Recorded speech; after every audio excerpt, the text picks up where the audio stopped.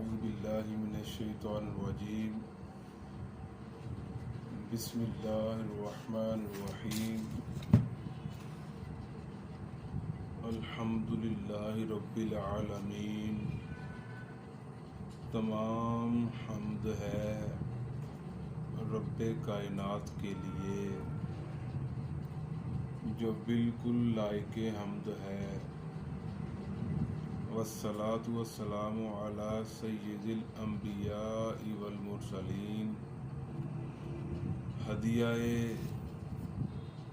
درود ہے نبی معظم پر جن کے در سے ہمیں قرآن ملا۔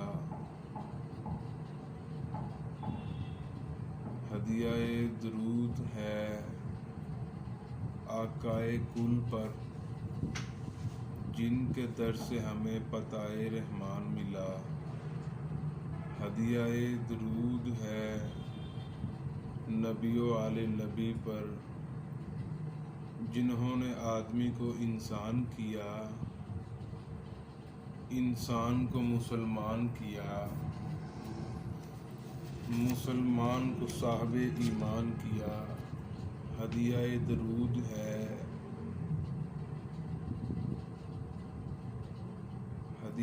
درود ہے آقائے نامدار پر۔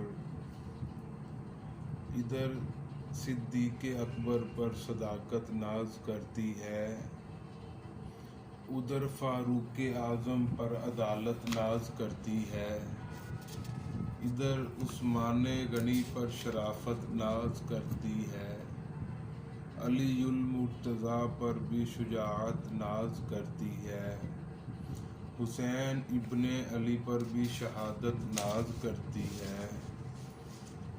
زہرا و طاہرہ ہیں طہارت کو ناز ہے،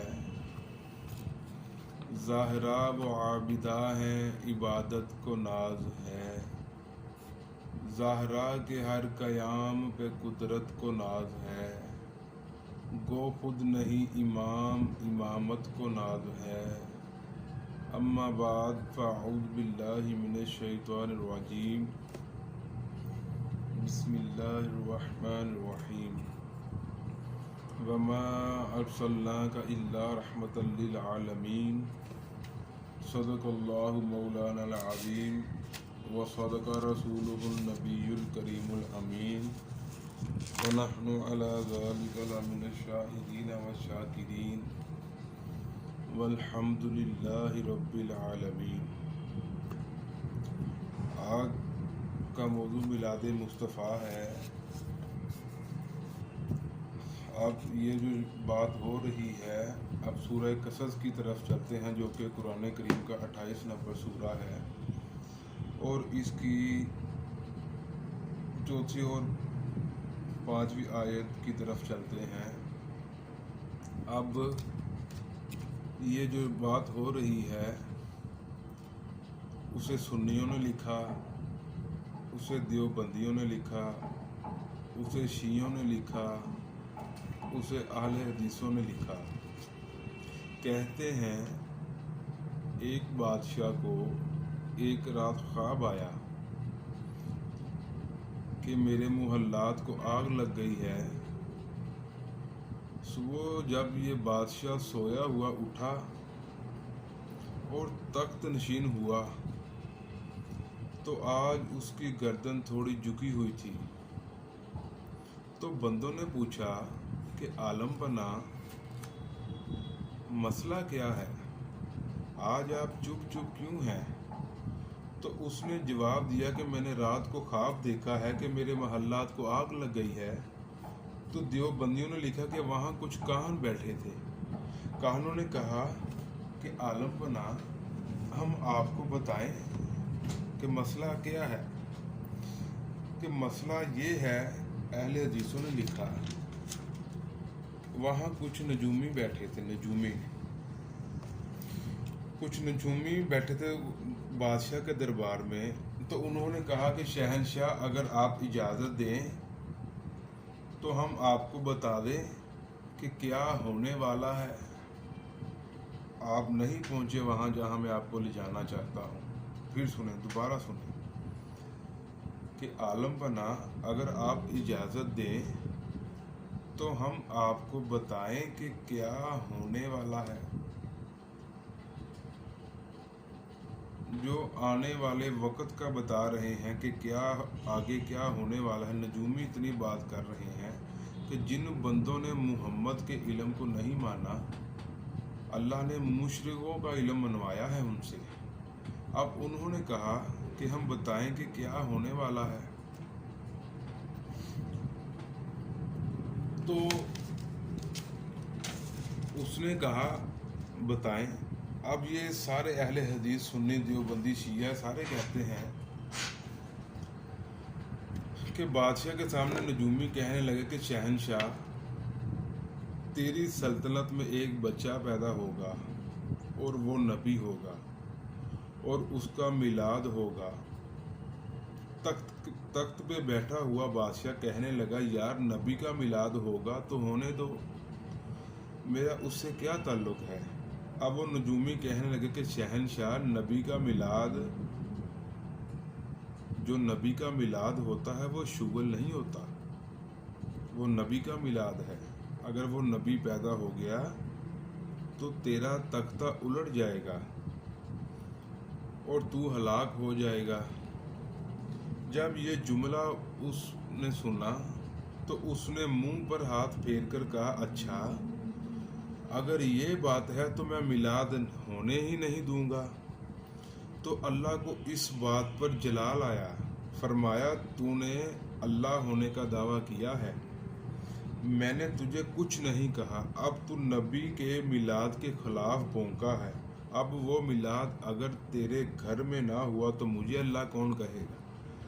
تو قدرت کی آواز آئی کہ زمانہ دیکھے گا کہ وہ میلاد اب تیرے گھر میں ہوگا، وہ میلاد اب تیرے گھر میں ہوگا۔ اب دیکھو وہ میلاد کو روکنے لگا ہے اور اللہ میلاد کروانے لگا ہے۔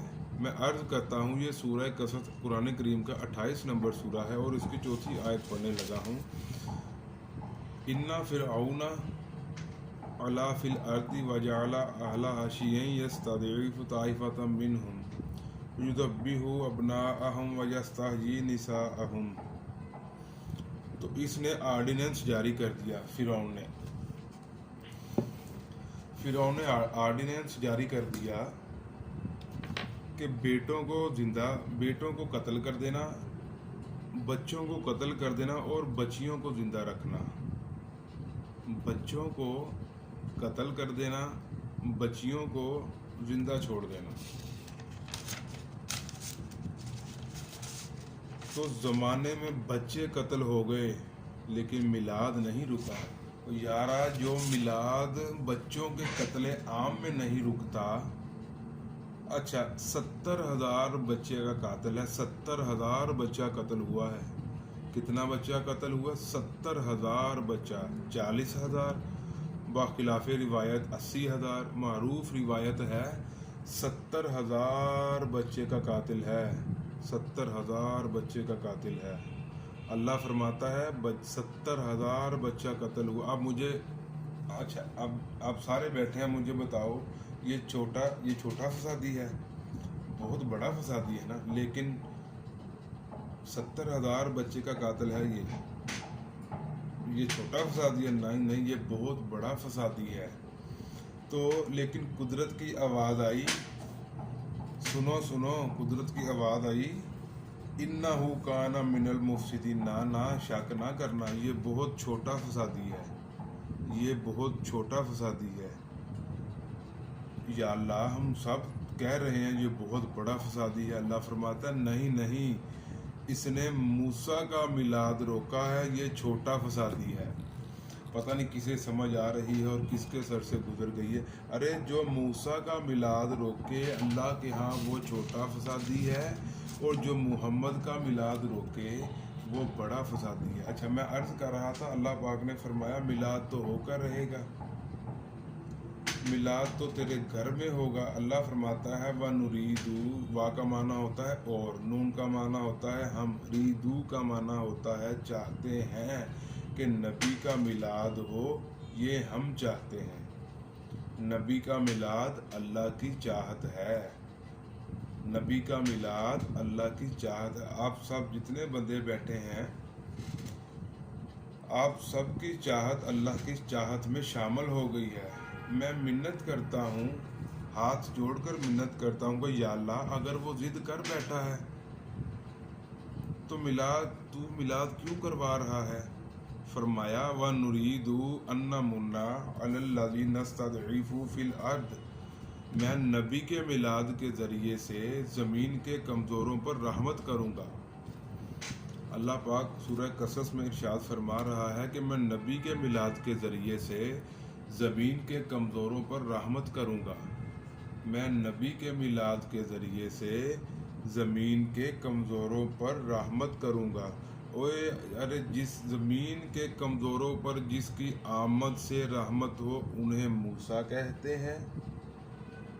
پتہ نہیں کسے سمجھ آ رہی ہے بات۔ زمین کے کمزوروں پر جس کی آمد سے رحمت ہو انہیں موسیٰ کہتے ہیں۔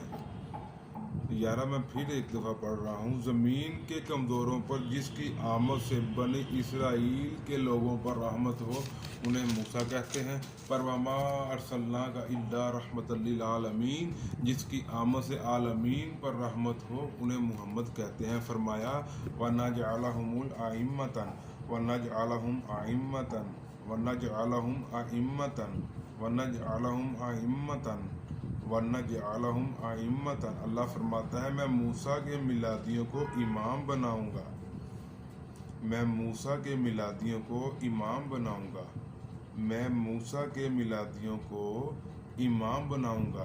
ہمیں کہتے ہیں 12 امام ہیں، 13واں کوئی نہیں، 14واں کوئی نہیں۔ اگر 14واں کوئی نہیں تو اللہ موسیٰ کے میلادیوں کو امام کیوں بنا رہا ہے؟